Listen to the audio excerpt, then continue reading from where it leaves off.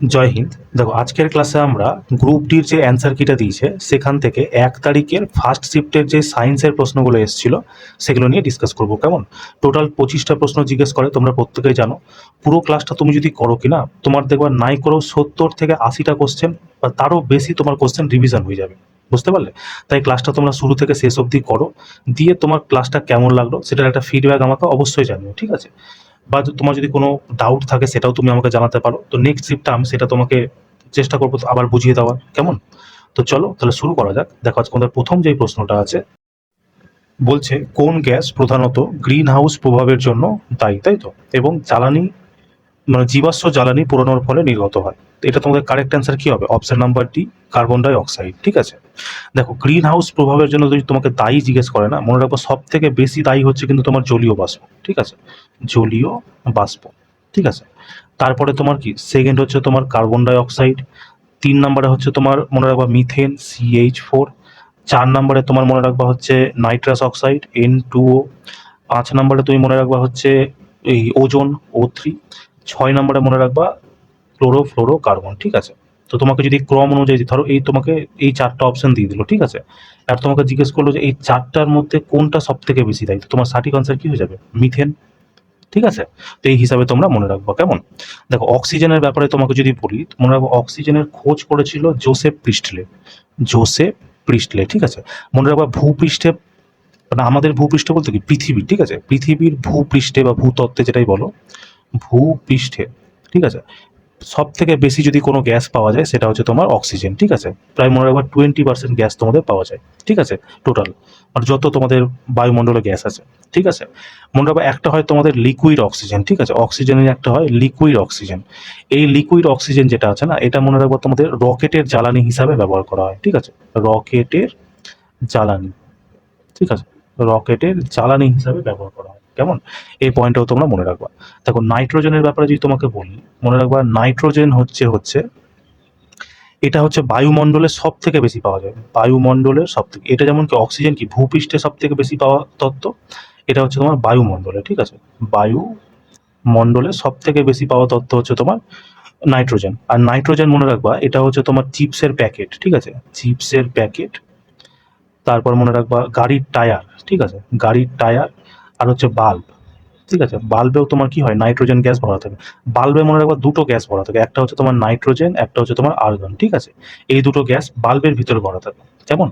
আর দেখো, তোমাকে যদি আমি হাইড্রোজেনের ব্যাপারে বলি যে হাইড্রোজেন থেকে কি কি প্রশ্ন জিজ্ঞেস করে, তোমাকে সবার প্রথমে কি জিজ্ঞেস করবে জানো? যে আমাদের মানে সব থেকে কি বলবো, সবচেয়ে হালকা গ্যাস কি? তো তুমি কি বলবো? হাইড্রোজেন সবচেয়ে হালকা। সবচেয়ে হালকা, তাই তো?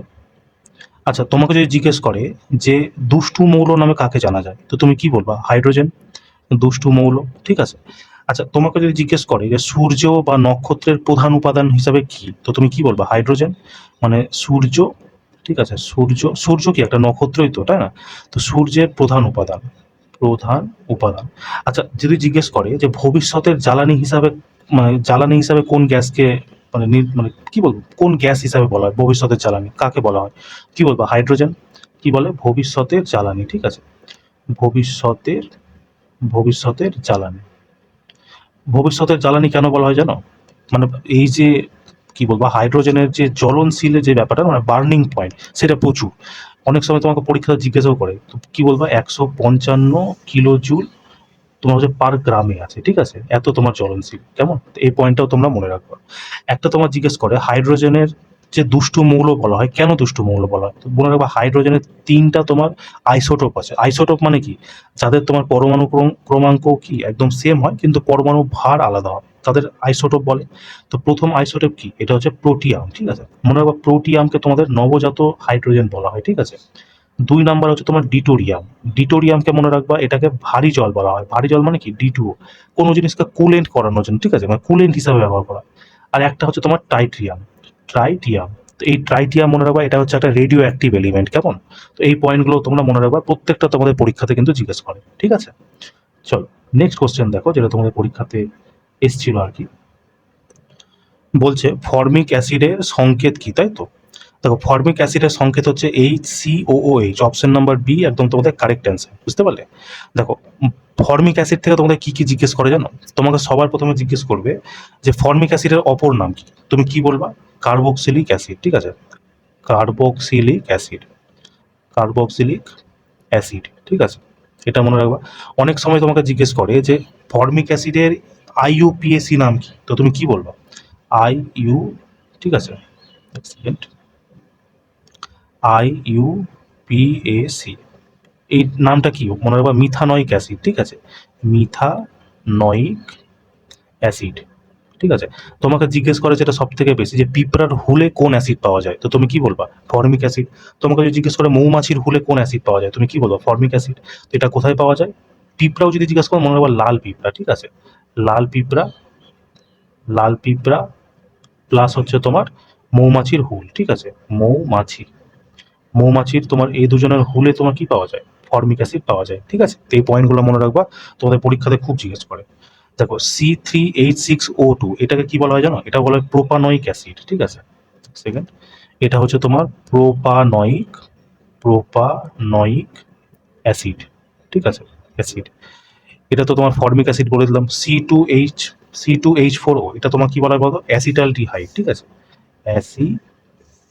অ্যাসিটাল ডিহাইড, ডিহাইড, ঠিক আছে।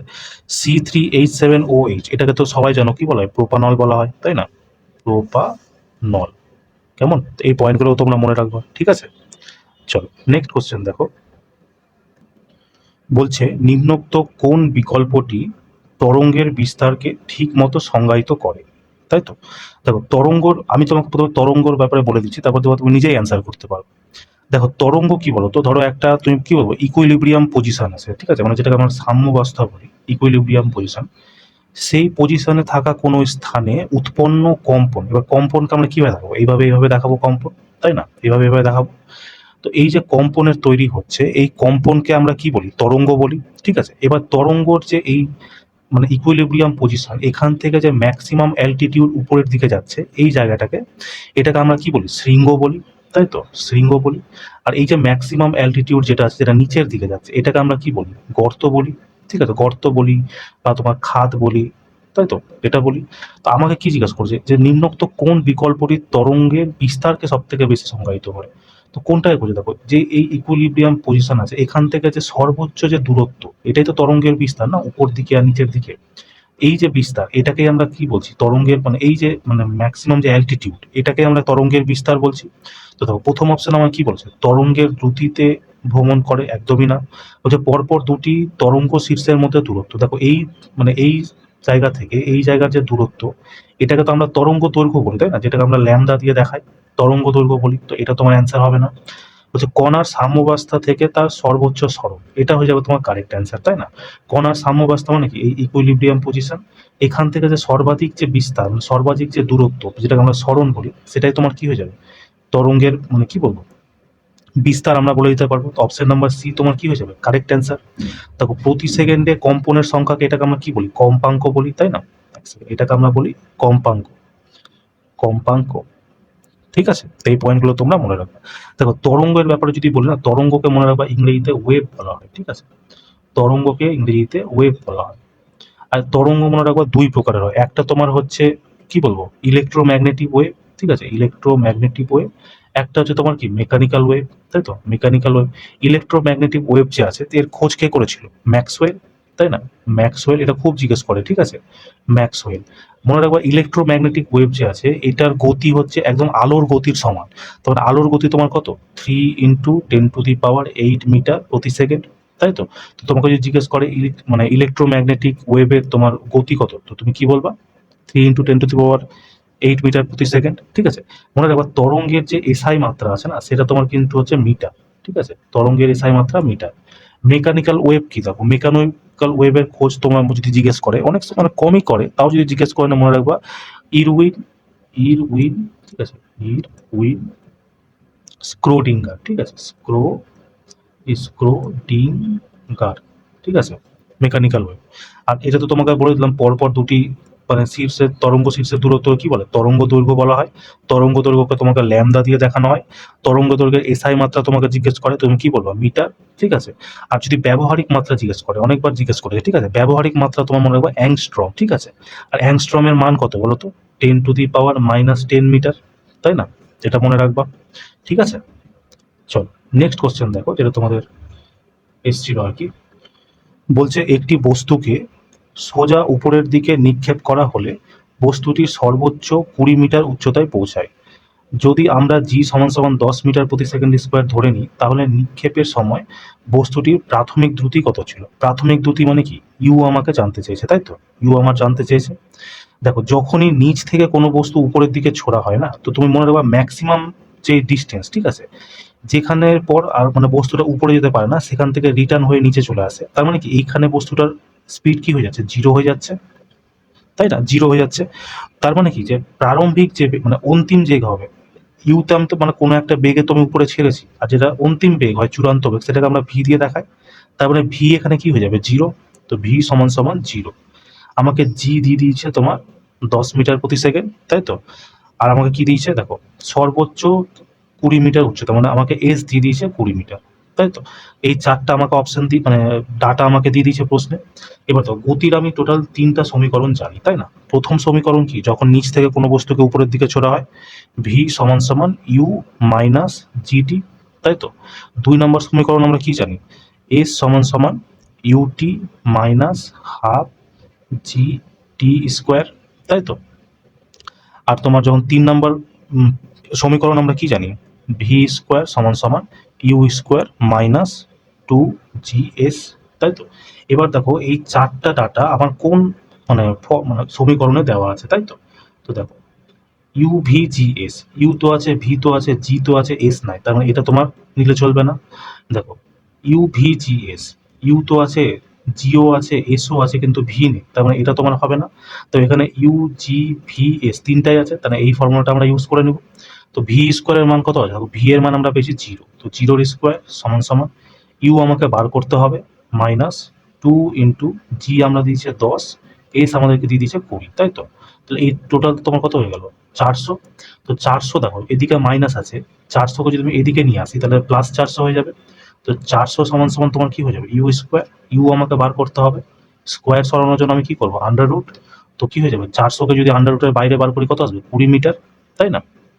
তো ইউ সমান সমান কি হয়ে গেল, 20 মিটার প্রতি সেকেন্ড। অপশন নাম্বার এ তোমার কি হয়ে যাবে কারেক্ট অ্যান্সার। ঠিক আছে, তো এইভাবে তোমরা করে নিবা। চলো নেক্সট কোশ্চেন দেখো। বলছে কোনটিতে জৈব যৌগ হিসাবে বিবেচনা করা যায় না, তাই তো? দেখো, প্রথমে আমি তোমাকে জৈব যৌগ হিসাবে মানে এর ব্যাপারটা বলে দিচ্ছি, তারপর দেখো তুমি নিজেই অ্যান্সার করতে পারবা। দেখো, জৈব যৌগ কাকে বলে জানো, যে ধরো মানে এমন একটা মৌল, যে মৌল হচ্ছে তোমার 4 প্রকার। একটা হচ্ছে তোমার মনে রাখবা হাইড্রোজেন, ঠিক আছে, হাইড্রোজেন, অক্সিজেন, তোমার নাইট্রোজেন, আর একটা হচ্ছে তোমার সালফার, ঠিক আছে, সালফার, সালফার। এই চারটার সাথে বা চারটার মধ্যে যে কোনো একটার সাথে যদি কার্বন তোমার রিয়াকশন করে না, তাহলে যেই প্রোডাক্টটা তৈরি হয় সেই প্রোডাক্টটাকে আমরা জৈব যৌগ বলি, ঠিক আছে, জৈব যৌগ বলি। অনেক সময় তোমাকে জিজ্ঞেস করে যে জৈব যৌগ যে আছে এটা কেমন বন্ধন তৈরি করে, ঠিক আছে, তো তুমি কি বলবা, সমযোজী বন্ধন তৈরি করে। ঠিক আছে, এগুলো তোমাকে অলরেডি পরীক্ষায় জিজ্ঞেস করে নিয়েছে, ঠিক আছে, যে জৈব যৌগ কেমন বন্ধন তৈরি করে, সমযোজী বন্ধন। ঠিক আছে, মনে রাখবা জৈব যৌগ যে আছে না, এটা তোমার জলের মধ্যে গুলতে পারে না, ঠিক আছে, গোলা জলে গুলা এটা পারে না, জলে গুলতে পারে না, ঠিক আছে। কিন্তু মনে রাখবা যে মদ হয় কি না, মদ তোমার, তারপরে যে ইথার, ঠিক আছে, মদ ইথার এইসবে তোমার কি হয়, জৈব যৌগ গুলে যায়, ঠিক আছে, জৈব যৌগ গুলে যায়। এটা হচ্ছে জৈব যৌগের তোমার মানে জৈব যৌগ চেনার নিয়ম, ঠিক আছে। এবার দেখো, অনেক সময় কার্বন থাকা সত্ত্বেও কিছু কিছু প্রোডাক্ট আছে যেগুলো তোমার জৈব যৌগের আওতায় থাকে না, মানে কি বলে না ওটাকে, এক্সাপশন। তো দেখো, এক হচ্ছে তোমার কার্বনেট, ঠিক আছে, কার্বনেটকে মানে আমি কি বলবো, CO3 2-, এটা হচ্ছে তোমার কার্বনেট, ঠিক আছে, কার্বনেট। এক হচ্ছে তোমার বাইকার্বনেট, ঠিক আছে, বাইকার্বনেটকে তোমার দেখায় হচ্ছে HCO3, এটা হচ্ছে তোমার কি বাইকার্বনেট, বাইকার্বনেট, ঠিক আছে। একটা হচ্ছে তোমার কার্বন মনো অক্সাইড, সেটাকে আমরা কি দিয়ে দেখাই, CO দিয়ে, ঠিক আছে, কার্বন মনো অক্সাইড। একটা হচ্ছে কার্বন ডাই অক্সাইড। এই চারটাতে দেখো কার্বন থাকা সত্ত্বেও দেখো হাইড্রোজেনও আছে, কিন্তু এই চারটা থাকা সত্ত্বেও মানে এই কার্বন থাকা সত্ত্বেও কি এই কার্বনেট, বাইকার্বনেট, কার্বন মনোঅক্সাইড আর কার্বন ডাইঅক্সাইড এগুলো তোমার জৈব যৌগের আওতাতে পড়ে না, ঠিক আছে।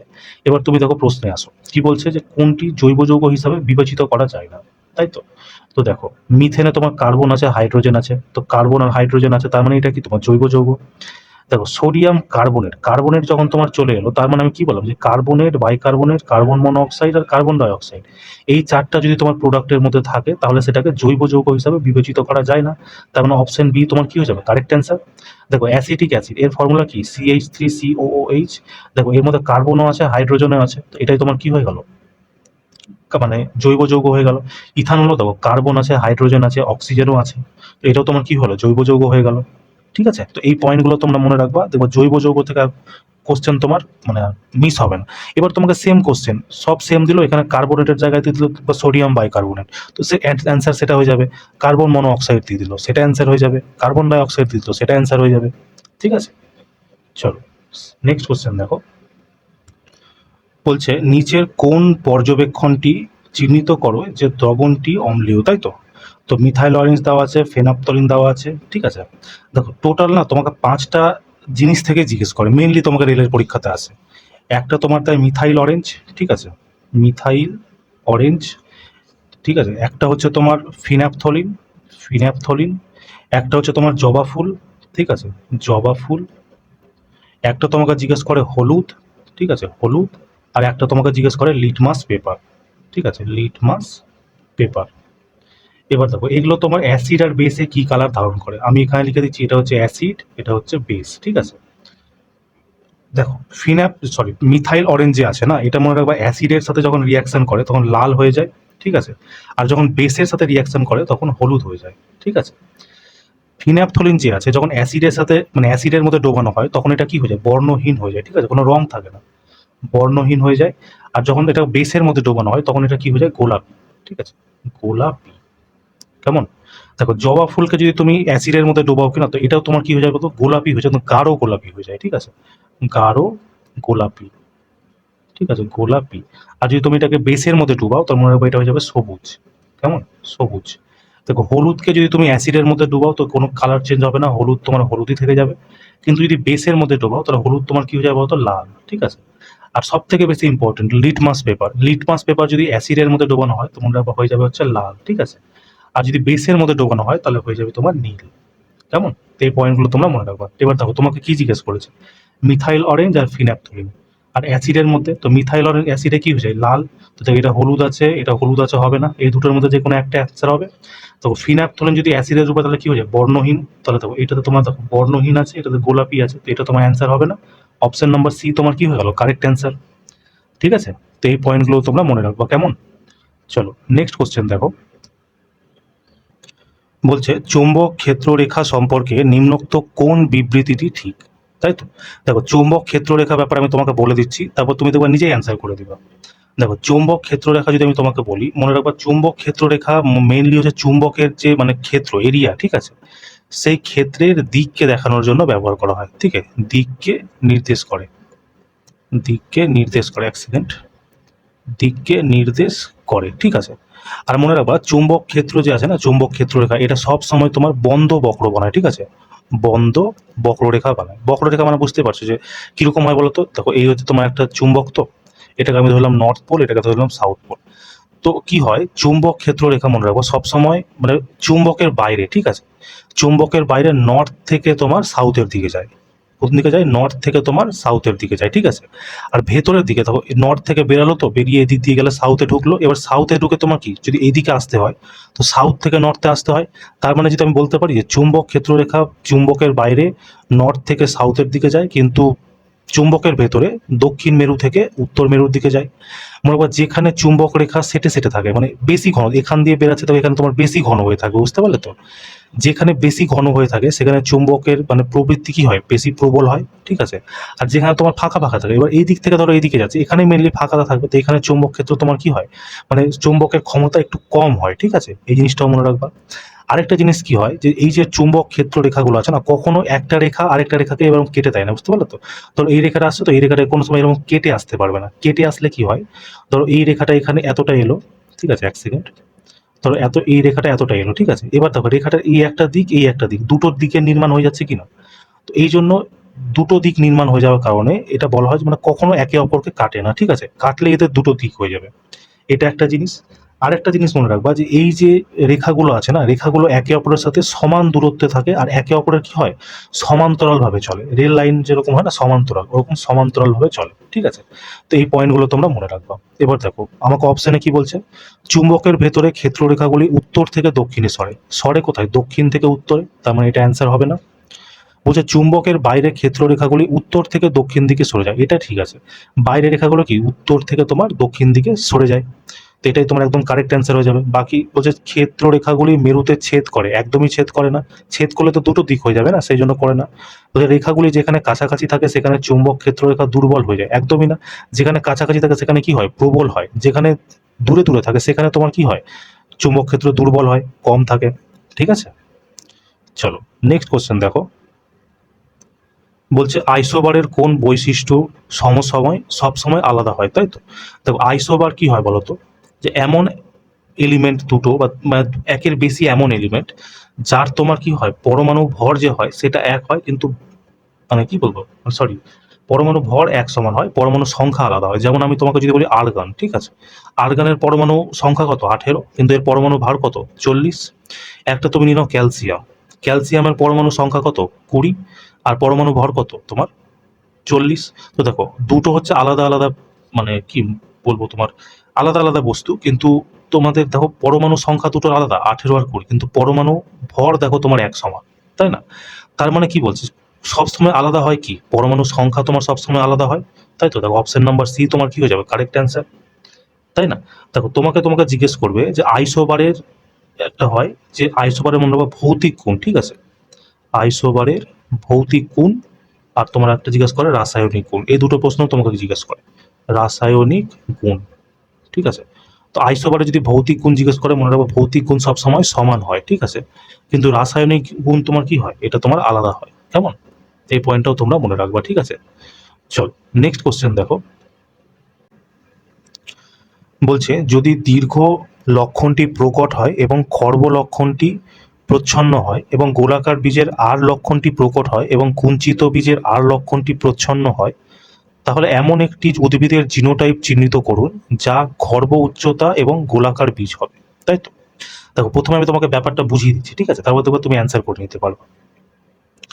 দেখো একটা আমাকে কি বলেছে, প্রশ্নে আমাকে দুটো বৈশিষ্ট্যের কথা বলেছে। একটা বৈশিষ্ট্য আমাকে বলেছে যে দীর্ঘ আর খর্ব, তাই তো, মানে উচ্চতার কথা বলেছে, তাই তো, উচ্চতার কথা বলেছে।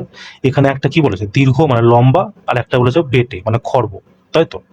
আর একটা বলেছে যে বীজের আকার, তাই তো। আমি লিখে দিয়েছি বীজের আকার। তো বীজের আকার দিয়েছে আমাকে, একটা দেখো গোলাকার দিয়েছে মানে আর একটাকে আমাকে দিয়েছে কুঞ্চিত, ছোট আর। এটা আমাকে প্রশ্নে দিয়েছে। আমাকে বলেছে জিনোটাইপ চিহ্নিত করুন যা খর্ব উচ্চতা এবং গোলাকার বীজ হবে, ঠিক আছে। তো দেখো জিনোটাইপের জন্য না মানে সহজ একটা নিয়ম আছে, বুঝতে পারলো তো। দেখো জিনোটাইপের জন্য দুটো জিনিস মানে মেনলি ব্যবহার হয়, একটা হচ্ছে তোমার ডমিনেন্ট, একটা হচ্ছে তোমার রেসিসিভ, ঠিক আছে। ডমিনেন্টকে বাংলাতে তোমার প্রকট বলা হয়, ঠিক আছে, প্রকট বলা হয়। আর রেসিসিভকে তোমার বলা হয় প্রচ্ছন্ন, প্রচ্ছন্ন, ঠিক আছে। দেখো ডমিনেন্ট কি হয় বলো তো, ডমিনেন্ট মানে বুঝতে পারছো, ডমিনেট করা মানে তুমি একজনকে হারিয়ে দিলে, ঠিক আছে। তার মানে ডমিনেন্টকে আমরা সবসময় বড় হাত দিয়ে, বড় হাতের দিয়ে মানে চিহ্নিত করবো, ঠিক আছে, বড় হাত। সে তুমি টি বলতে পারো বা আর বলতে পারো, যেটাই হোক, ঠিক আছে। এটাকে আমরা ডমিনেন্ট এইভাবে চিহ্নিত করব। আর রেসিসিভ যেটা আছে মানে প্রচ্ছন্ন মানে কি, এটা বলতে পারো যে এটা তোমার ছোট হাতে মানে লেটার দিয়ে দেখানো হয়, বুঝতে পারলে তো। প্রচ্ছন্ন মানে কি, হতে পারে মানে খর্ব মানে কুঞ্চিত, বা হতে পারে খর্ব, ঠিক আছে। একটা জিনিস মনে রাখবা, যদি প্রচ্ছন্নে যদি একটা বড় হাতের অক্ষর চলে আসে না, ধরো এই দুটো, মানে এখান থেকে ধরো আমি এরকম লিখে দিলাম টি আর, তার মানে কি তোমার প্রচ্ছন্ন যে হয়ে গেল সে বৈশিষ্ট্য তোমার বাদ হয়ে গেল, তখন তোমার প্রকটের বৈশিষ্ট্য চলে আসবে, মানে এই যে প্রোডাক্টটা তৈরি হবে সেটা তোমার লম্বা হবে, তাই না, কারণ টি কে আমরা লম্বা বলছি, বুঝতে পারলে তো, এই জিনিসটা হয়। এবার আমাকে প্রশ্নে বলেছে যে আমাকে চিহ্নিত করতে হবে খর্ব উচ্চতা এবং গোলাকার বীজ। তো দেখো খর্ব উচ্চতার জন্য কি আমাকে টি নিতে হবে, তাই তো। তো আমরা কি বড় হাতের টি নিব বলো, বড় হাতের টি নিব না, আমরা ছোট হাতের টি নিব, তাই তো। তো খর্ব যেখানে যেহেতু এখানে ডবল ডবল আছে, তো আমরা ডবল ডবল নিয়ে নিচ্ছি, ছোট হাতের টি নিয়ে নেবো খর্ব উচ্চতা। আর কি বলেছে গোলাকার বীজ দেখা যায়, দেখো গোলাকার বীজের জন্য আমরা কি নিতে পারি, বড় হাতের আর নিতে পারি দুটো, বা আমরা নিতে পারি এরকম টি টি, দুটো ছোট হাতের মানে একটা বড় হাতের আর একটা ছোট হাতের আর, এভাবেও নিতে পারি। কারণ আমি তোমাকে কি বললাম, যখনই এই প্রচ্ছন্নের মধ্যে মানে ছোট লেটারের মধ্যে যদি একটা বড় লেটার চলে আসে, তাহলে এই প্রচ্ছন্নের তোমার কি হয়, বৈশিষ্ট্য সেটা লোপ পেয়ে যায়। আর প্রচ্ছন্ন মানে কি হয়, কুঞ্চিত হবে নাহলে খাটো হবে, কিন্তু আমাকে প্রশ্নে কি বলেছে, গোলাকার হতে হবে। তো গোলাকার পিজের জন্য কি হয়, আমাকে এই অপশনটা মানে হয় এইটা তৈরি করবে, না হয় এটা তৈরি করবে। এবার তুমি অপশনে দেখো এই দুটোর মধ্যে কোনটা আছে, যেটা থাকবে সেটা অ্যান্সার হয়ে যাবে। তো দেখো এই তিনটার মধ্যে তোমার মানে খর্ব যেহেতু বলেছে আর সবটাই তোমার লম্বা লম্বা আছে, তো এই তিনটাই তোমার বাদ হয়ে গেল, এটাই তোমার কি হয়ে গেল, কারেক্ট অ্যান্সার। বুঝতে পারলে? তো এইভাবে তোমরা করে নিবো, কেমন? মানে এটা তোমাকে বোঝার জন্য। আর না হলে তো তুমি এইভাবেই বুঝতে পারবে। দেখো যেহেতু তোমাকে বলেছে কি খর্ব উচ্চতা, খর্ব উচ্চতা মানে কি, সেখানে আমাকে বড় হাতের টি আসলে হবে না, আমাকে দুটোই ছোট হাতের টি নিতে হবে। আর এই তিনটা অপশনে দেখো তোমার বড় হাতের টি আছে, তো এই তিনটাই তোমার প্রথমেই বাদ হয়ে যাবে। এইভাবে তুমি একদম চেক করে 1 সেকেন্ড অ্যান্সার মানে মেরে বেরিয়ে যাবা, তাই না? চলো নেক্সট কোশ্চেন দেখো। বলছে একটি যন্ত্র টি সেকেন্ডে ডাব্লিউ জুল কাজ করে, যন্ত্রটির ক্ষমতা পি হলে নিম্নোক্ত কোন সম্পর্কটি ঠিক, তাই তো? দেখো পি মানে কি, পাওয়ার। ঠিক আছে, পাওয়ার, পাওয়ার বা ক্ষমতা তুমি যেটাই বলো, এটাকে আমরা পি দিয়ে দেখাই। তো পাওয়ারের ডেফিনিশন কি, যে প্রতি সেকেন্ডে, ঠিক আছে, প্রতি সেকেন্ডে হওয়া কাজের মোট পরিমাণকে, হওয়া কাজের পরিমাণ, তাই তো? কাজের পরিমাণকে আমরা কি বলি, পাওয়ার বলি। তো এটাকে যদি আমাকে লিখতে হয় আমরা কি লিখবো, প্রতি সেকেন্ড মানে কি, সবসময় ডিভাইডেড বাই টি, এটাই হয়ে গেল প্রতি সেকেন্ড। হওয়া কাজের পরিমাণ, টোটাল কাজের কথা বলেছে মানে ডাব্লু। তো পাওয়ার সমান সমান কি হয়ে গেল, ডাব্লু বাই টি। এবার দেখো এটা কোন অপশনে আছে, ডাব্লু ইন্টু টি হবে না, দুই আছে হবে না, দুই আছে হবে না, অপশন নাম্বার ডি আমার কি হয়ে যাবে, কারেক্ট অ্যান্সার, তাই না? তো দেখো এই যে পাওয়ার আছে, এই পাওয়ারের এসআই মাত্রা কি বলতো, এটা হচ্ছে ওয়াট, ঠিক আছে, ওয়াট। আর তোমাকে আরেকটা জিজ্ঞেস করে, সেটা হচ্ছে জুল প্রতি সেকেন্ড, জুল প্রতি সেকেন্ড, তাই না? দেখো জুল প্রতি সেকেন্ড তুমি বলতেই পারবো, ওয়াট মানে কাজকে আমাদেরকে কি দিয়ে দেখানো হয়, জুল দিয়ে। আর সেকেন্ডকে কি দিয়ে, মানে টাইমকে কি দিয়ে দেওয়া হয়, সেকেন্ড দিয়ে, তাই না? তো এইভাবে তোমরা করে নিতে পারবে, ঠিক আছে। চল নেক্সট কোশ্চেন দেখো। বলছে নিচের কোন বিবৃতিটি ঠিক নয়। বলছে একটি প্রিজমে সাদা আলো ব্যবহার করা হলে বিচ্ছুরণ ঘটতে পারে। বলছে একটা প্রিজমে আপাতিত রশ্মি নির্গত রশ্মি সর্বদা সমান্তরাল হয়। বলছে বিচ্যুতি কোণ হলো আপাতিত রশ্মি এবং নির্গত রশ্মির মধ্যবর্তী কোণ। বলছে একটি প্রিজমে আপাতিত রশ্মিটি প্রিজমের ভূমির দিক থেকে এলে নির্গত রশ্মিটি মানে প্রিজমের ভূমির দিকে বেঁকে যায়, তাই তো? এরকম চারটা অপশন তোমাকে দিয়েছে। দেখো প্রিজমে কি হয় বলতো, প্রিজমে হচ্ছে এই ধরো একটা প্রিজম আছে, ঠিক আছে, প্রিজমে ধরো একটা এরকম সাদা আলোকে নিয়ে এলাম, সাদা আলোটা কি যাওয়ার কথা তো এরকম সোজা এরকম চলে যাওয়ার কথা, তাই না? কিন্তু কি হয়, এই একটু সামান্য বেঁকে গিয়ে এইভাবে যায়। এটা কেন হয় বলতো, কারণ এটা হচ্ছে তোমার প্রিজমের ভেতরে তোমার কি ঘন মাধ্যম, আর প্রিজমের বাইরে কি তোমার হালকা মাধ্যম, তাই তো? এটা প্রতিসরণের কেস কিন্তু, ঠিক আছে। তো যখন হালকা মাধ্যম থেকে ঘন মাধ্যমের দিকে যায়, তখন যে আলোটা আছে সেটা কি হয়, নিজের যে বাস্তবিক রাস্তা সেই রাস্তাতে না গিয়ে তার থেকে একটু বেঁকে যায়। আর এই যে তোমার অ্যাঙ্গেল তৈরি করে, এই অ্যাঙ্গেলটাকে বলা হয় কি তোমার বিচ্যুতি কোণ, ঠিক আছে, বিচ্যুতি কোণ, কেমন? আর এই যে তুমি লাইনটা দেখছো, এটা তো সোজা যাওয়ার কথা, কিন্তু সোজা না গিয়ে তোমার নিচের দিকে বেঁকে গেল। তার মানে কি এখানে তো একটু বিচ্ছুরণ ঘটলো, তাই না? তার মানে কি প্রথম অপশনটা তোমার একদম ঠিক আছে। বলছে প্রিজমে আপাতিত রশ্মি সর্বদা সমান্তরাল হয়, সমান্তরাল কখনো হয় না, একটু বেঁকে যায়, তার মানে কি এটাই তোমার ভুল হয়ে গেল। বলছে আপাতিত রশ্মির মধ্যবর্তী কোণ বিচ্যুতি কোণ হয়, এটা একদম ঠিক হয়েছে, বিচ্যুতি কোণ। এবার বলছে প্রিজমের ভূমির দিক থেকে এলে নির্গত রশ্মিটি ভূমির দিকে বেঁকে যায়, একদম কারেক্ট অ্যান্সার, তাই না? দেখো এই যে বলছে না যে আপাতিত রশ্মি এবং নির্গত রশ্মি সর্বদা সমান্তরাল হয়, এই কেসটাও তোমরা মনে রাখবে। দেখো সব সময় তোমার মানে সমান্তরাল কোথায় হয় জানো, যখন তোমার আয়তকার কাঁচের স্ল্যাব থাকে, ঠিক আছে, একটা আয়তকার কাঁচের স্ল্যাব, কাঁচের স্ল্যাব, ঠিক আছে, এই কেস যখন থাকবে তখন তোমার কি হয়, আপাতিত কিরণ এবং নির্গত কিরণ সমান্তরাল হয়, কেমন? তো এই পয়েন্টটাও তোমরা মনে রাখবা। চলো নেক্সট কোশ্চেন দেখো। বলছে বোরের পরমাণু মডেল অনুসারে ইলেকট্রনগুলি ড্যাশ নিউক্লিয়াসের চারপাশে ঘোরে, একটা নির্দিষ্ট কক্ষপথে ঘোরে, তাই না? অপশন নাম্বার এই তোমার কি হয়ে যাবে, কারেক্ট অ্যান্সার। দেখো বোরবেরি মডেল অনুসারে কি বলেছিল, যে ইলেকট্রন আছে, দেখো প্রত্যেকটা পরমাণু যে আছে, পরমাণুর যে মাঝখানের অংশ সেটাকে কি বলা হয়, নিউক্লিয়াস বলা হয়। এই নিউক্লিয়াসের মধ্যে কি থাকে, নিউট্রন আর প্রোটন। আর ইলেকট্রন যে আছে এর বাইরের কক্ষপথে চক্কর মারে, তাই তো? এরকম বাইরের কক্ষপথে চক্কর মারে। আর এরকম কক্ষপথ কটা আছে? টোটাল 7খানা কক্ষপথ আছে, বুঝলে তো? তো এখানে একটা ইলেকট্রন থাকবে, এখানে একটা ইলেকট্রন, এখানে একটা ইলেকট্রন, তো নির্দিষ্ট এই ইলেকট্রনটা এই কক্ষপথেই ঘুরবে, বুঝতে পারলে তো? এবার দেখো, এরকম 7টা যে কক্ষপথ আছে প্রত্যেকটা কক্ষের নাম কি? এটা হচ্ছে তোমার কে, এটা হচ্ছে এল, তারপরে এম, তারপরে এরকম তারপরে এন, ও, পি, কিউ, এরকম 7টা কক্ষপথ আছে, ঠিক আছে? দেখো বোর কি বলেছিল যে এই যে ইলেকট্রনগুলো আছে না, এই নির্দিষ্ট কক্ষপথে যে ঘুরবে, আর যে প্রত্যেক কক্ষে যে ইলেকট্রনের সংখ্যা হবে সেটা হবে তোমার 2n², তাই না? তার মানে দেখো প্রথম কক্ষ তোমার কত আছে? কে। তো এখানে যদি 2n² রাখি, তো 2 এর জায়গায় 2, এটা কি প্রথম কক্ষ, তো কি হয়ে যাবে 1 এর স্কোয়ার, তো 2 1 কে 2। প্রথম কক্ষে কটা ইলেকট্রন থাকবে? দুটো। যদি দ্বিতীয় কক্ষে জিজ্ঞেস করে তো কত হবে? 2 × n², তো এটা দ্বিতীয় নম্বর কক্ষ। এন হচ্ছে কি এখানে তোমার কক্ষের সংখ্যা, ঠিক আছে? তো 2 এর স্কোয়ার কত? 4, তো 4 দুগুণী কত হয়ে যাবে? 8, মানে দ্বিতীয় কক্ষে কত? 8 থাকবে। সেরকম তৃতীয় কক্ষ যদি বের করে 2, আর এটা তৃতীয় কক্ষ 3 এর স্কোয়ার 9, তো 9 দুগুণী কত? 18, ঠিক আছে? এইভাবে তোমার প্রত্যেকটা কক্ষে ইলেকট্রনের সংখ্যা বের করা হয়। কেমন? ডিরেক্ট তোমাকে প্রশ্ন জিজ্ঞেস করে এটা, ঠিক আছে? আরো তোমাকে জিজ্ঞেস করে কিছু কিছু জিনিস, যেমন তোমাকে একটা জিজ্ঞেস করবে যদি ইলেকট্রন মানে ভেতর থেকে যদি বাইরের দিকে যায়, ঠিক আছে, এই কক্ষপথ থেকে যদি এই কক্ষপথে যায় তাহলে তার শক্তির উপর কি প্রভাব পড়ে? তো তুমি বলবা শক্তি তো কি হয়? শক্তি হচ্ছে বৃদ্ধি পায়, ঠিক আছে? যদি তোমাকে জিজ্ঞেস করে যে ইলেকট্রন বাইরের কক্ষ থেকে যদি ভেতরের কক্ষে আসে, সেই ক্ষেত্রে তার শক্তির উপর কি প্রভাব পড়ে? তো তুমি কি বলবে? এই ক্ষেত্রে শক্তি তোমার কি হয়? কমে যায়, হ্রাস পায়, ঠিক আছে? আর যখন ইলেকট্রন যখন নিজের কক্ষেই তোমার চক্কর মারে কিনা, তখন মনে রাখবা ইলেকট্রনের শক্তির কোনো পরিবর্তন হয় না, না ওটা হ্রাস পায় না ওটা বৃদ্ধি পায়, সমান থাকে, ঠিক আছে? এই পয়েন্টটাও তোমরা মনে রাখবা, কেমন? চলো নেক্সট কোশ্চেন দেখো। বলছে পুরুষ জননতন্ত্রের ভ্যাস ডিফারেন্সের প্রধান কাজ কি, তাই তো? দেখো ভ্যাস ডিফারেন্সের প্রধান কাজ হচ্ছে তোমার এপিডাইডিমিস থেকে তোমার ইউরেথ্রাতে শুক্রাণু পরিবহন করা, ঠিক আছে? অপশন নাম্বার এ তোমার কি হয়ে যাবে কারেক্ট অ্যান্সার, ঠিক আছে?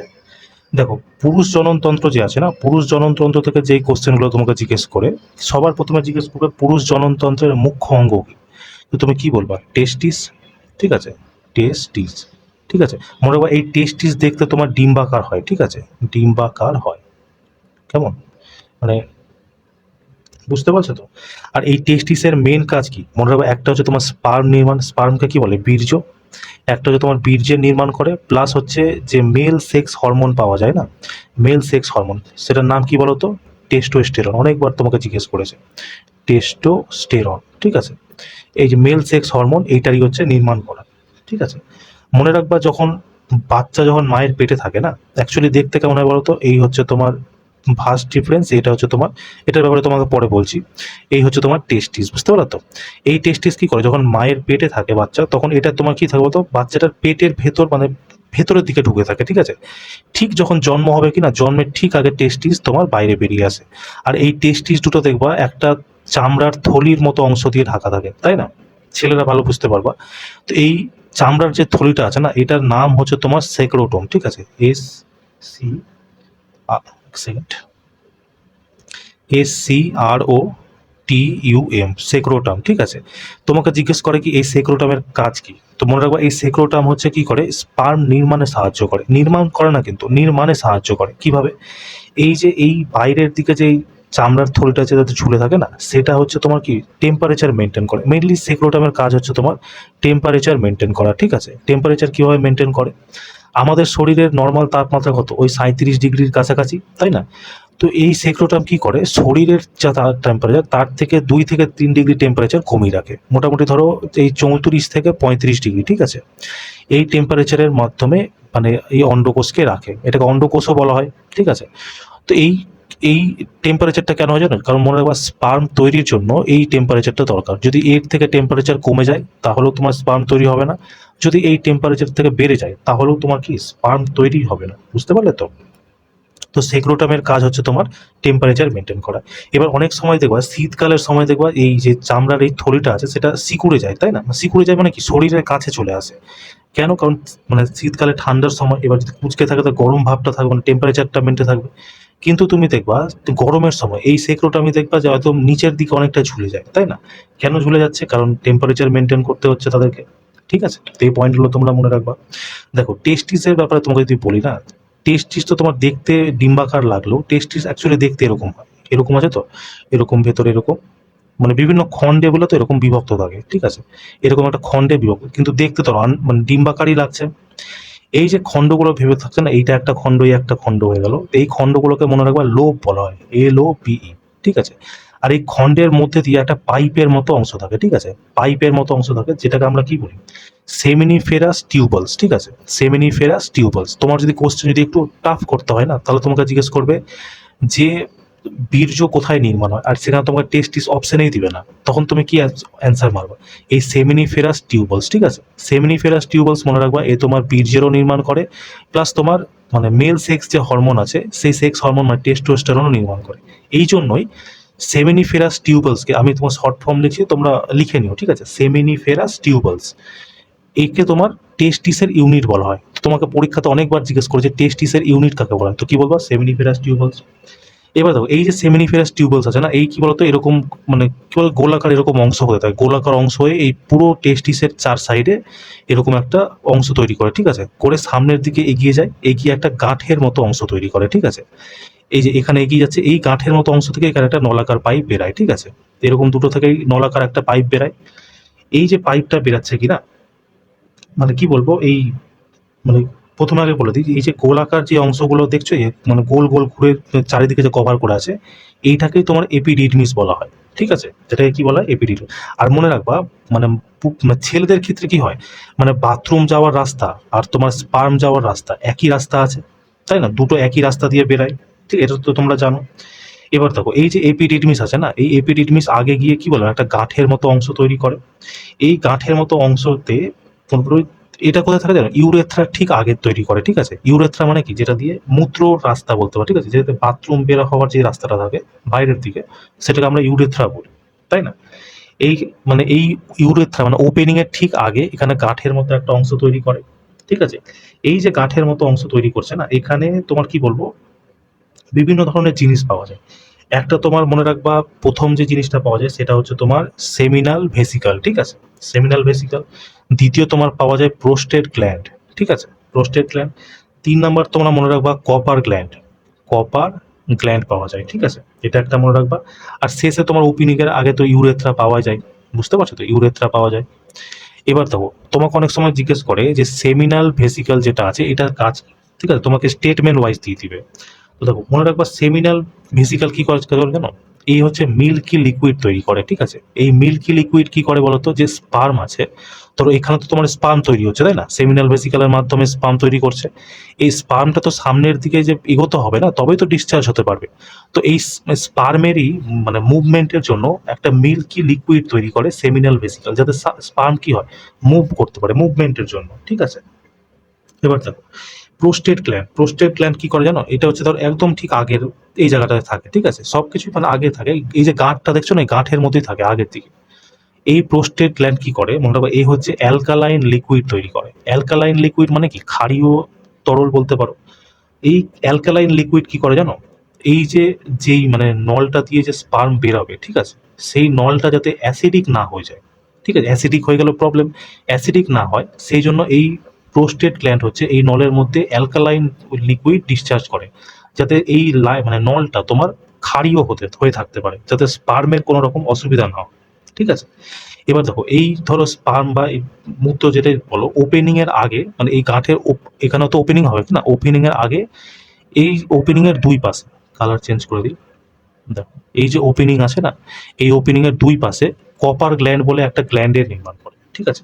এই কপার গ্ল্যান্ড কি করে জানো, মানে প্রজনন ক্রিয়ার সময়, প্রজননের জন্য না কিন্তু প্রজনন ক্রিয়া মানে অ্যাকচুয়ালি তুমি যদি গোদা বাংলায় বলো, সেক্স করার সময়, ঠিক আছে, সেক্স করার সময় একটা দেখবা লিকুইড টাইপের জিনিস বের, সেই এই কপার গ্ল্যান্ড হচ্ছে সেই লিকুইডটাকে তৈরি করে। এই লিকুইডটা এই জন্যই ডিসচার্জ করে যাতে যখন মানে কি বলবো যে মানে মেল যে অর্গানটা আছে ফিমেল পার্টের মধ্যে যেই মানে ভেতরে ঢুকে বাইরে বেরোচ্ছে, সেই সময় যে ঘর্ষণটা হয়, সেই ঘর্ষণের কারণে যাতে কোনো রকম সেখানে ইনফেকশন বা কোনো রকম খারাপ কিছু না হয়ে যায়, সেই জন্য কপার গ্ল্যান্ড এখানে তোমার একটা লিকুইড ডিসচার্জ করে, ঠিক আছে, মানে যেটা তোমরা বাইরে বেরাই, তোমরা তো দেখেইছো, তো বলার তো কিছু নাই, যে লিকুইডটা বেরায় সেটা হচ্ছে কপার গ্ল্যান্ডই নির্মাণ করে, ঠিক আছে। আর এটা মেনলি করে তোমার ঘর্ষণকে কমানোর জন্য। ঠিক আছে, দিয়ে এখানে এই সব কিছু যে এলো, এই সব কিছু ভেতরে দিয়ে তোমার সেমিনাল ভেসিকাল দিয়ে চলে এলো, প্লাস এখানে তোমার আরেকটা মানে কি বল ভেতর থেকে একটা অংশ থাকে ভাস্ট ডিফারেন্স। ঠিক আছে, এই যে এই দুটোকে দেখছো, এই দুটোকে তোমার একসাথে বলে ভাস্ট ডিফারেন্স, আর কিছুই না। এই ভাস্ট ডিফারেন্স দিয়ে তোমার এখান থেকে সামনের দিকে যে মূত্র মার্গ আছে সেটা দিয়ে তোমার স্পার্মও বেরিয়ে যায়, এটা দিয়ে তোমার কি বলবো ওই স্পার্ম বেরিয়ে যায় আর মূত্রও বেরিয়ে যায়। ঠিক আছে, এই জিনিসগুলো মনে রাখবো। এই যে আরেকটা জিনিস মনে রাখবো, এই যে সেমিনাল টিউবলস আছে না, সেমিনাল টিউবলসে মনে রাখবো একটা লেইডিং সেল পাওয়া যায়, লেইডিং সেল।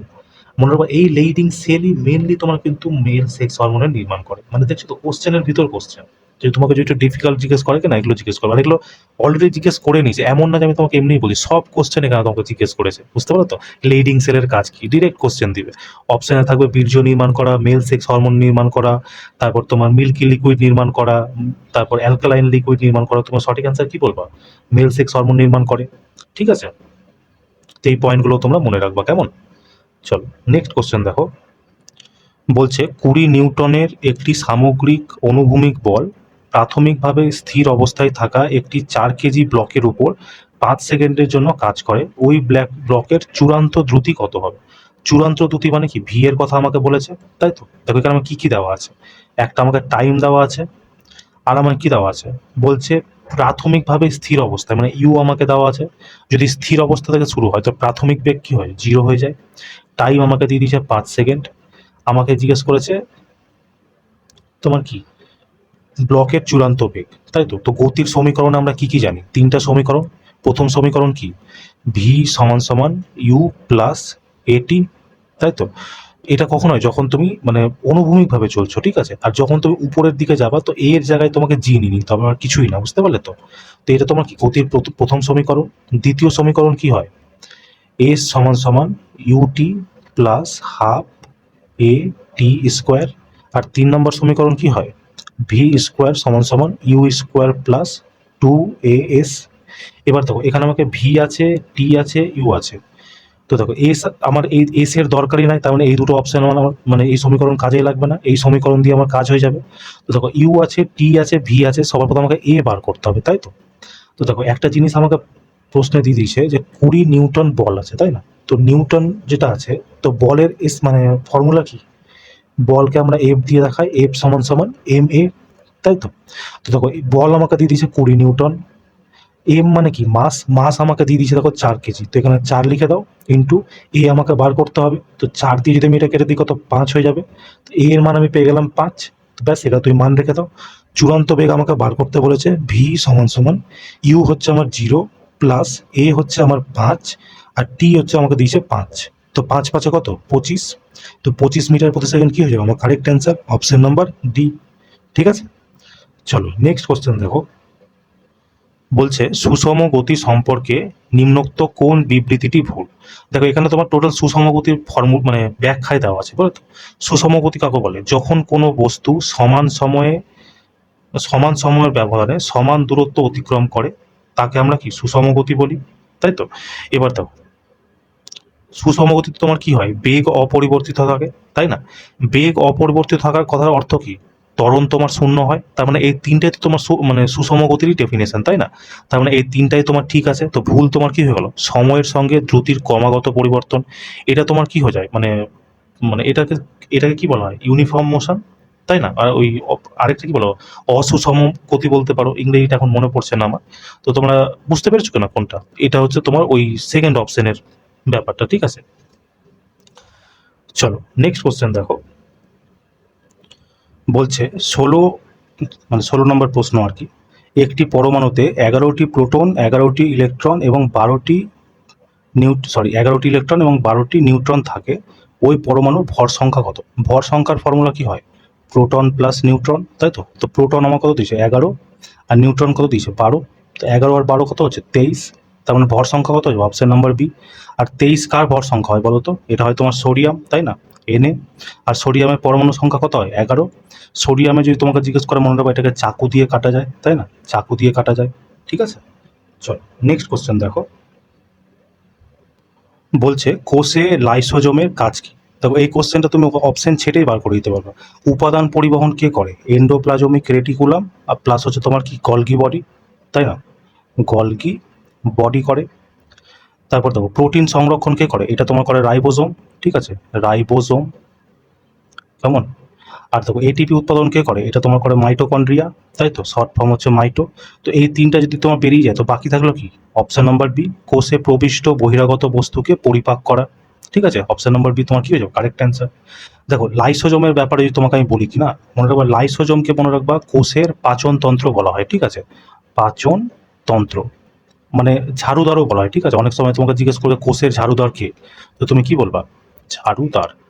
তো এটা তোমার কি হচ্ছে, লাইসোজোম, ঠিক আছে। মনে রাখবা লাইসোজোমের মধ্যে না প্রায় 50টিরও বেশি তোমার মানে কি বল পাচক এনজাইম থাকে, ঠিক আছে, পাচক এনজাইম থাকে। এই এনজাইমগুলো কি বলতো, ধরো কোনো সময় এই এনজাইমগুলো আছে ভেতরে যেসব মানে কি বলবো জৈব পদার্থগুলো আছে না, সেই জৈব পদার্থগুলোকে গলানোর কাজ করে, ঠিক আছে, জৈব পদার্থ গলানোর কাজ করে। এবার ধরো কোনো সময় ধরো কোষ যে আছে সেটা ক্ষতিগ্রস্ত হয়ে গেল, মানে নষ্ট হয়ে গেল, ঠিক আছে, তখন এই এনজাইম কি করে জানো, পাচক এনজাইমগুলো পুরো যেই মানে কি বলবো কোষটা আছে সেই কোষটাকেই মানে কোষের যতগুলো সবগুলোকে মেরে ফেল দেয়, মানে নিজেকে ফাটিয়ে দেয়, মানে পুরো লাইসোজোমটা নিজেকে ফাটিয়ে দেয়, ফাটিয়ে যাওয়ার পরে যতগুলো এনজাইম আছে এই এনজাইমগুলো বাইরে বেরিয়ে যায়, বাইরে বেরিয়ে যে বাকি যেই কোষগুলো আছে সেই কোষগুলোকে মেরে ফেলে দেয়। এই জন্যই তোমার লাইসোজোমকে মনে রাখবা সুইসাইড সেল অফ ব্যাগ বলা হয়, মানে আত্মহত্যার থলি, ঠিক আছে। এই পয়েন্টগুলো তোমরা মনে রাখবা, কেমন।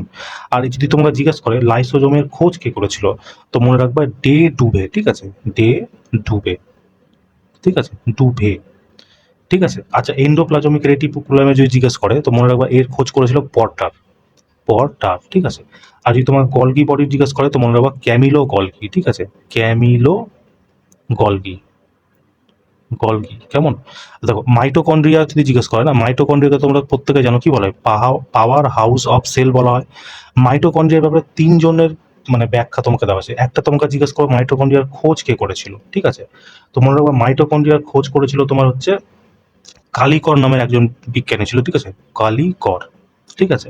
তোমাকে জিজ্ঞেস করবে যে মাইটোকন্ড্রিয়ার নামটা, ঠিক আছে, সেই নামটা কে রেখেছিল, তো তুমি নাম যদি জিজ্ঞেস করো মনে রাখবা সি বেন্ডা, ঠিক আছে, সি বেন্ডা।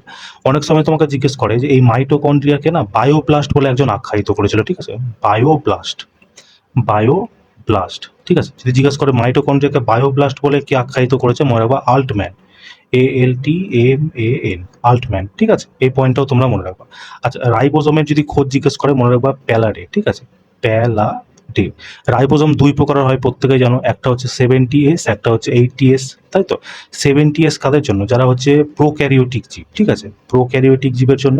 আর 80S কাদের জন্য, ইউক্যারিওটিক জীবের জন্য। আর ইউক্যারিওটিক কারা, মানে আমরা যেটাকে আমরা চোখে দেখতে পাই সেটা হচ্ছে ইউক্যারিওটিক, যেগুলোকে আমরা চোখে দেখতে পাই যেমন ভাইরাস, ঠিক আছে, তারপর তোমার কি বলবো জীবাণু যেসব হয় সেগুলো তোমার প্রোক্যারিওটিক, ঠিক আছে। তো এই পয়েন্টগুলো মনে রাখবা। দেখো গলগি বডির ব্যাপারে একটা জিনিস জেনে রাখো, জিজ্ঞেস করে যে প্রোটিনের সাময়িক সঞ্চয় কে করে, ঠিক আছে, প্রোটিন নির্মাণ তো করে তোমার রাইবোসোম, প্রোটিনের সাময়িক সঞ্চয় বা প্রোটিনের প্যাকেজিং কে করে, তো তুমি কি বলবা, গলগি বডি, কেমন। তো এই পয়েন্টগুলো তোমরা মনে রাখবা, ঠিক আছে। চলো নেক্সট কোশ্চেন দেখো, বলছে ধাতুগুলির তড়িৎ বিশোধন প্রক্রিয়ার সময় তড়িৎ বিশ্লেষণ মধ্য দিয়ে তড়িৎ প্রবাহিত করা হলে অশুদ্ধ ধাতুটি ড্যাশ থেকে তড়িৎ বিশ্লেষে দ্রবীভূত হয়, তাই তো। দেখো ব্যাপারটা আমি তোমাকে পুরোটা আগে গল্পটা বলে দিচ্ছি, ঠিক আছে, তারপর দেখবো তুমি অ্যান্সার নিজেই করে দিবা। এই যে পুরো প্রক্রিয়াটা হচ্ছে না, এই প্রক্রিয়াটাকে বলা হয় তোমার রাসায়নিক প্রভাব, ঠিক আছে, রাসায়নিক, রাসায়নিক প্রভাব, ঠিক আছে। আর এইটার খোঁজ তোমার কে করেছিল জানো, মনে রাখবা এটার খোঁজ করেছিল তোমার মাইকেল ফ্যারাডে, মাইকেল ফ্যারাডে, ঠিক আছে, ফ্যারাডে।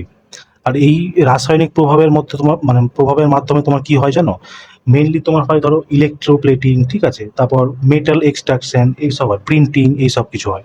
তো এই যে প্রশ্নটা তোমাকে দিয়েছে এটা তোমাকে ইলেকট্রোপ্লেটিং থেকে দিয়েছে, ঠিক আছে, ইলেকট্রোপ্লেটিং, ঠিক আছে, ইলেকট্রোপ্লেটিং। তো দেখো কি হয় ব্যাপারটা বলো তো, ইলেকট্রোপ্লেটিং এর জন্য তোমার একটা যেগুলো জিনিস দরকার, একটা হচ্ছে তোমার যে পাত্রে তোমার ইলেকট্রোলাইটকে রাখা হবে, ঠিক আছে, সেই পাত্রটাকে দরকার। এই পাত্রটার নাম হচ্ছে, এই পাত্রটাকে ইলেকট্রোলাইটিং সেলও বলা হয় বা এটাকে ভোল্টা মিটারও বলা হয়, ঠিক আছে, ভোল্ট মিটার না কিন্তু এটা হচ্ছে তোমার ভোল্টা মিটার, ভোল্টা মিটার, ঠিক আছে। আর এর মধ্যে যে তরলটা রাখা হয়, ঠিক আছে, যে তরলটা রাখা হয় সেই তরলটা তোমার তরলটাকে কি বলা হয়, ইলেকট্রোলাইট বলা হয়, ইলেকট্রো ইলেকট্রোলাইট, ঠিক আছে, ইলেকট্রোলাইট বলা হয়। এবার দেখো এই তরলের মধ্যে দিয়ে যখন বিদ্যুৎ প্রবাহিত করা হয়, কিন্তু তো বিদ্যুৎ প্রবাহ দুটো কারণে হয়, মানে মেনলি হয় আয়নের কারণে, ঠিক আছে, যে কারণটা আয়নটা। এবার আয়ন তোমার কি হয়, পজিটিভও হতে পারে নেগেটিভও হতে পারে। তো পজিটিভে যেটা থাকে, ঠিক আছে, পজিটিভ আয়ন যেটা থাকে সেটা হয় তোমার অ্যানোড, ঠিক আছে, এক সেকেন্ড, পজিটিভ আয়ন থাকে তোমার হচ্ছে অ্যানোড, ঠিক আছে, অ্যানোড। আর যেটা নেগেটিভ আয়ন থাকে সেটা তোমার কি হয়, ক্যাথোড, ঠিক আছে, ক্যাথোড। এবার দেখো এই মেইনলি এই জিনিসটা তোমার কেন করা হয়, ইলেকট্রোপ্লেটিং এর জন্য। ইলেকট্রোপ্লেটিং কি কি জানো, যেমন একটা ধাতুর আবরণ অন্য একটা ধাতুর উপর সাঁটানো, যেমন সিটি গোল্ডের এইগুলো তৈরি হয় না, ওরকম ব্যাপার। তো কি হয় বলতো, যেই ধাতুর তুমি আবরণটা অন্য একটা ধাতুতে চড়াবো, ধরো তুমি মানে কি বলবো, আইসক্রিমের লাঠির উপর আইসক্রিম চড়ানো, ঠিক আছে, তো আইসক্রিমের উপর তুমি মানে লাঠিটার উপর আইসক্রিমটা চড়াচ্ছ, তার মানে কি, যেই ধাতুটা তুমি চড়াবো, এখানে আইসক্রিমটা চড়াবো, তো এখানে তোমাকে আইসক্রিমের মানে কি বলবো ধাতু নিতে হবে। সেই হিসাবে আমি তোমাকে সোনার কথা বলছি, ধরো সোনার পরত চড়াবা, তো যেটার পরত চড়াবা সেটাকে তোমাকে অলওয়েজ পজিটিভে রাখতে হবে, মানে কি অ্যানোডে রাখতে হবে, ঠিক আছে। এবার যার উপর চড়াবা মানে আবরণটা, সেটাকে তোমাকে ক্যাথোডে রাখতে হবে, ঠিক আছে। সেখানে তুমি লোহা রাখতে পারো, পিতল রাখতে পারো, তামা রাখতে পারো, যেটা ইচ্ছা, ঠিক আছে। তো কি হবে, যখন তুমি মানে এই মানে ইলেকট্রোলাইটের উপর বিদ্যুৎ প্রবাহ করবা, ঠিক আছে, বিদ্যুৎ প্রবাহিত করার সময় কি করবে, যে মানে কি বল, যে ধাতুর পরতে তুমি চড়াও, মানে অ্যানোডে যে ধাতুটা আছে সেটা তোমার কি হবে, এই বিদ্যুৎ ধারা প্রবাহিত করার পরে সেটা তোমার এই ইলেকট্রোলাইটে এসে জমা হবে, ঠিক আছে, এই পুরো ইলেকট্রোলাইট ভরে গেল, সেই ইলেকট্রোলাইট থেকে তোমার সেটা ক্যাথোডে গিয়ে জমা হবে। এই পুরো প্রক্রিয়ার ফলে কি হয়, যে অ্যানোডে যে ধাতুটা আছে সেই ধাতুটা তোমার মানে ভর কি হয়, কমতে থাকে, আর যেটার উপর ক্যাথোডে যে ধাতুটা আছে সেটার তোমার ভর কি বাড়তে থাকে। কিন্তু এই পুরো প্রক্রিয়ায় তুমি মনে রাখবা, এই যে ইলেকট্রোলাইট আছে এর ঘনত্বের বিন্দু মাত্র পরিবর্তন হয় না, বুঝতে পারো তো। যা ঘনত্ব প্রথমে থাকবে, তুমি ভাবতে পারো যে হ্যাঁ এখান থেকে এখানে এলো, দিয়ে আবার এখান থেকে এখানে গেল, তো এটার হয়তো ঘনত্ব কিছু প্রভাব পড়বে, কোনো প্রভাব পড়বে না, যা শুরুতে ছিল তাই থাকবে, বুঝতে পারলে তো। আর এগুলোর হওয়ার ফলে কি হয়, অ্যানোড তোমার ধীরে ধীরে কি হয়, পাতলা হয়ে যায়, ঠিক আছে, পাতলা হয়ে যাওয়ার কারণে তোমার এই ভার কমে যাচ্ছে না, আর ক্যাথোড কি হয়ে যায়, তোমার মোটা হয়ে যায়, ঠিক আছে। আর এই পুরো প্রক্রিয়াটা তুমি মনে রাখবে তোমার ডিসিতে হয়, ঠিক আছে। এই হচ্ছে ব্যাপারটার গল্প। এবার প্রশ্নটা তোমার আরেকবার পড়ে নিই। বলছে ধাতুগুলির তড়িৎ বিশোধনের প্রক্রিয়ার সময় তড়িৎ বিশ্লেষণ মধ্য দিয়ে তড়িৎ প্রবাহিত করা হলে তড়িৎ বিশ্লেষ্য পদার্থ মানে ইলেকট্রোলাইটের কথা বলছে, এর মধ্যে যখন বিদ্যুৎ ধারা প্রবাহিত করা হচ্ছে, বলছে অশুদ্ধ ধাতুটি ড্যাশ থেকে তড়িৎ বিশ্লেষ্যে দ্রবীভূত হয়। কোথায় থেকে দ্রবীভূত হচ্ছে, অ্যানোড থেকেই না হচ্ছে। তারপর তোমার কারেক্ট অ্যান্সার কি হয়ে যাবে, অ্যানোড, অপশন নাম্বার বি, ঠিক আছে। যদি তোমাকে জিজ্ঞেস সেম কোশ্চেনে তুই জিজ্ঞেস করতে অশুদ্ধ ধাতুটি কোথায় গিয়ে জমা হচ্ছে, তখন অ্যান্সার কি হতো, ক্যাথোড হয়ে যেত, ঠিক আছে। তো এই পয়েন্টটাও তোমরা মনে রাখবা। চলো নেক্সট কোশ্চেন দেখো। বলছে একই উপাদানের দুটি তারের দৈর্ঘ্য সমান, তবে তাদের প্রস্থচ্ছেদের ক্ষেত্রফলের অনুপাত 1:4 হলে তাদের রোধের অনুপাত কি হবে, ঠিক এর উল্টো। 1:4 আছে তো 4:1 হবে, বুঝতে পারলে। কেন এরকম হয়, কারণ আমরা প্রত্যেকে জানি আর কি হয়, মানে রোধাঙ্ক, রোধ কি হয়, তোমার ব্যস্তানুপাত হয় ক্ষেত্রফলের, তাই তো, 1/a। তার মানে কি ব্যস্তানুপাত মানে কি উল্টো, তাই তো, যা আর হবে ঠিক এর উল্টো হবে ক্ষেত্রফল। তো এখানে ক্ষেত্রফল দিয়ে দিয়েছে 1:4, তাহলে রোধ কত হয়ে যাবে, ক্ষেত্রফলের উল্টো 4:1, ঠিক আছে। চলো নেক্সট কোশ্চেন দেখো। বলছে 15 সেন্টিমিটার ফোকাস দৈর্ঘ্যের একটি অবতল দর্পণের সামনে একটি বস্তুকে 30 সেন্টিমিটার দূরত্বে রাখা হলো, প্রতিবিম্বের দূরত্ব মানে ভি আমাকে বের করতে হবে, তাই তো। দেখো এই প্রশ্নটা তোমাকে দুই ভাবে করা যায়, একটা তুমি খাতা পেন নিয়ে করতে পারো, আর একটা তুমি মুখে মুখেই করে দিতে পারো, ঠিক আছে। তো চলো প্রথমে আমরা খাতা পেন নিয়ে যেভাবে করে সেভাবে করি, তাই না। দেখো আমরা কি জানি, দর্পণ ফর্মুলা কি হয়, 1/v প্লাস 1/u সমান সমান 1/f, তাই তো। এখানে কি কি দেওয়া আছে দেখো, বলছে 15 সেন্টিমিটার ফোকাস দৈর্ঘ্য মানে এফ দেওয়া আছে, তাই তো। তো দেখো যখনই এটা আমার কি দিয়েছে, অবতল দর্পণ, তাই না। অবতল দর্পণের তোমার ফোকাস কি হয়, নেগেটিভ হয়, তাই না। তোমার যে বস্তু মানে যেটা বস্তুর দূরত্ব হয় সেটা তোমার কি হয়, নেগেটিভ হয়। আর যেটা তোমার প্রতিবিম্ব হয় সেটা তোমার বস্তুর রাখার উপর নির্ভর করে, বুঝতে পারছো, সেটা পজিটিভও হতে পারে নেগেটিভও হতে পারে, এটাই আমাকে বার করতে হবে। তো দেখো এফ আমাকে কি দিয়েছে 15 সেন্টিমিটার, মানে এফ কি হয়ে যাবে, -1/15, তাই তো। এক সেকেন্ড, 1/15 এটা মাইনাস হয়ে যাবে, তাই তো। আমাকে ভি বার করতে হবে, 1/v প্লাস 1/u আমাকে কত দিয়ে, ইউর মান দেখো দিয়েছে, যদি দর্পণের সামনে একটি বস্তুকে 30 সেন্টিমিটার দূরত্ব রাখা হয়, আর ইউ তোমার অলওয়েজ নেগেটিভ হয়, তো এটা কি হয়ে যাবে, তোমার -30 হয়ে যাবে। তো দেখো যদি আমাকে 1/v বার করতে হয়, তাহলে আমি কি করব, এই যে এইটাকে এইদিকে নিয়ে চলে আসি, তাই তো, সমান সমানের। তো দেখো এদিকে তো মাইনাস সমান সমান -1/15 আছেই, এটা দেখো মাইনাস প্লাসে কি হয়ে যাবে, এটা মাইনাস হয়ে যাবে, তো এইদিকে গেলে কি হয়ে যাবে, প্লাস হয়ে যাবে, তো প্লাস 1/30। এবার ব্যাস এটাকে যেভাবে তোমাকে ভগ্নাংশের যোগ বিয়োগ করতে হয় করে দাও। 15 আর 30-এর এলসিএম কত হয়, 30। তো দেখো প্রথমে কি হয়, 15 দুগুণে 30 মানে -2, আর এটা কবে, 30 একে 30 +1, তো -2 থেকে +1 করলে কত হয়ে যায়, -1/30, তাই তো। এদিকে 1 এদিকে 1 কেটে গেল, তো ভি এর মান তোমার কত হয়ে গেল, মাইনাস আছে -30, অপশন নাম্বার এ, তাই না। এইভাবে তোমরা করে নেবো, তো এই ফর্মুলাটা তো তোমরা মনে রাখবা, বাকি তো তোমাদের ভগ্নাংশের যোগফল আছে, ঠিক আছে। এবার তো এটা তো তোমার হয়ে গেল খাতা পেন নিয়ে, এবার এটাকে তুমি খাতা পেন ছাড়া কিভাবে করবা। তুমি এটা জানো যে অবতল দর্পণ দেখতে এরকম হয়, তাই তো। এই অংশটাকে আমরা পোল বলি, এই অংশটাকে আমরা সেন্টার অফ কার্ভেচার বলি, আর সেন্টার অফ কার্ভেচারের ঠিক অর্ধেক হচ্ছে আমার ফোকাস। এটা আমরা প্রত্যেকেই জানি, এটা আমাদের মানে মাথাতেই এই ছবিটা চলে আসবে। আমাকে বলেছে যে একটা অবতল দর্পণের সামনে একটা বস্তুকে, মানে বলছে কি 15 সেন্টিমিটার ফোকাস ধরবো, মানে এইটা ফোকাস ধরবো এখান থেকে, কত বলেছে, 15 সেন্টিমিটার, তাই তো। বলছে অবতল দর্পণের সামনে একটা বস্তুকে 30 সেন্টিমিটার দূরত্বে রাখা হলো, তো এইটা দেখো এখান থেকে সেন্টার অফ কার্ভেচার থেকে এই টোটাল যে দূরত্ব, এর ঠিক অর্ধেক দূরত্ব হচ্ছে ফোকাস। তার মানে এই টুকুরা যদি 15 হয়, তো এই টুকুরাও তোমার 15ই হবে, তার মানে টোটালটাও কত হবে, 30। মানে বস্তুটাকে কোথায় রাখা হয়েছে, মানে সেন্টার অফ কার্ভেচারে রাখা হয়েছে, তাই তো। এবার দেখো যে কোনো বস্তুকে যদি সেন্টার অফ কার্ভেচারে রাখা হয়, তাহলে তার প্রতিবিম্ব কোথায় তৈরি হয়, সেন্টার অফ কার্ভেচারেই তৈরি হয়, তাই তো। মানে 30 সেন্টিমিটার দূরে যদি বস্তুকে রাখা হয়, প্রতিবিম্ব তোমার 30 সেন্টিমিটার দূরেই তৈরি হয়। আর সাইন কনভেনশন রুল অনুযায়ী কি হয়, তোমার এই ডান সাইডটা হয়ে যায় পজিটিভ, বাম সাইডটা হয়ে যায় নেগেটিভ, তো সাইন কনভেনশন এখান থেকে তোমার চালু হয়, তাই তো, পোল থেকে। এক সেকেন্ড, এখান থেকে তোমার সাইন কনভেনশন চালু হয়, তো এর এই সাইডটা কি হয়ে যাবে পজিটিভ, এই সাইডটা কি হয়ে যাবে নেগেটিভ, তার মানে এই 30টা কি হয়ে যাবে -30, তো এটাই তোমার correct answer, option number A, তাই না। এইভাবে আমরা একদম মানে মনে মনেই করে নিতে পারবো। চলো নেক্সট কোশ্চেন দেখো, বলছে নিচের কোনটি যৌন জননকারী প্রাণীদের জিনগত প্রকরণকে সুনিশ্চিত করে, তাই তো। দেখো যৌন জননকারী যে হয়, এদের যে জনন কোষ হয়, ঠিক আছে, জনন কোষ, ঠিক আছে।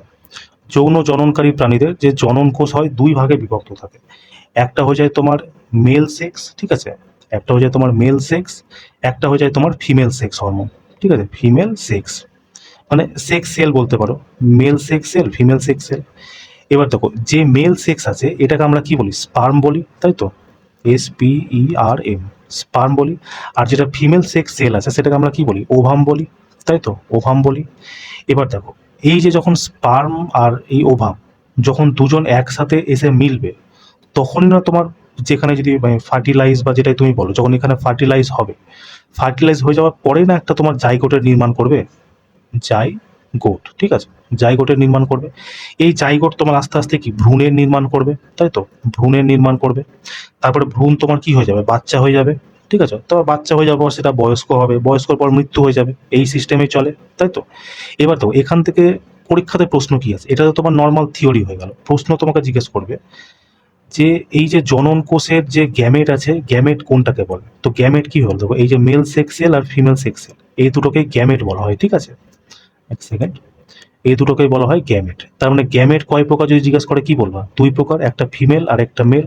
আর তোমার যৌন জননকারীর ক্ষেত্রে তোমার কি হয়, তার মানে দুটো গ্যামেটই দরকার পড়ে, কারণ দুটো গ্যামেটের, দেখো একটা গ্যামেট যেটা ফিমেল সেক্স সেল আছে সেটা ওভাম, আর যেটা মেল সেক্স স্পার্ম, দুটো এক জায়গায় এসে ফার্টিলাইজ হচ্ছে, তাই তো, তবেই তো একটা জাইগোটের নির্মাণ করছে, তাই না। এবার দেখো এই যে তোমার স্পার্ম আর হচ্ছে তোমার ওভাম যখন দুজন দুজনের কাছ থেকে ছেড়ে ছেড়ে থাকছে, তখন তো এরা সিঙ্গেল থাকছে, তাই না। তো সিঙ্গেল যখন থাকছে তখন এদের যে নির্মাণ বা এদের যে রক্ষণাবেক্ষণ বা এদের যা মেনটেনেন্স, এটা কি করে জানো তো, হ্যাপ্লয়েড কোষ, হ্যাপ্লয়েড কোষ, ঠিক আছে। এইভাবেও মনে রাখতে পারো যে এরা যখন সিঙ্গেল থাকে তখন এটা হ্যাপ্লয়েড কোষ হয়ে যায়। এবার দেখো যখন জাইগোটের এখানে নির্মাণ করছে, এই যে এই জায়গাটা যে নির্মাণ হচ্ছে, তো এইখানে তো এরা কি ডবল হয়ে যাচ্ছে, স্পার্ম আর মানে ওভাম মিলে দুজন একসাথে মিলে যাচ্ছে। তো এখানে এই যখন একসাথে হয়ে যাচ্ছে তখন এটার যে মেনটেনেন্স বা রক্ষণাবেক্ষণ বা যাই বলো তুমি, জাইগোটের ক্ষেত্রে তোমার যেই কোষটা হয় সেটা হচ্ছে ডিপ্লয়েড কোষ, ঠিক আছে, ডিপ্লয়েড কোষ, ডিপ্লয়েড কোষ, ঠিক আছে।